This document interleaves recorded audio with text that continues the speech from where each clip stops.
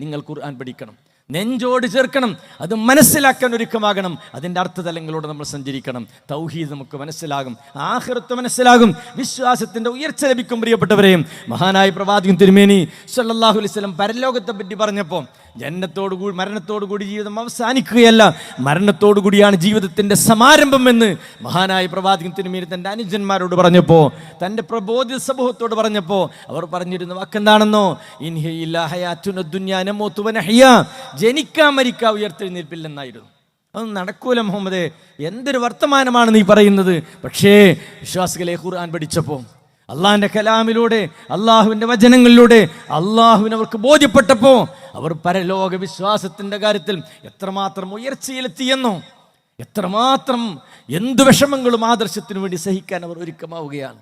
പരലോകമെന്ന് കേൾക്കുമ്പോൾ പൊട്ടി കരയുന്നൊരവസ്ഥയിലേക്ക് സഹാബത്തുകയാണ്.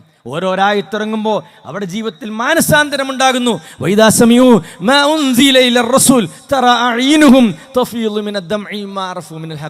ആയത്തിറങ്ങുമ്പോൾ കണ്ണുനീർ പൊടിക്കുന്നൊരവസ്ഥ.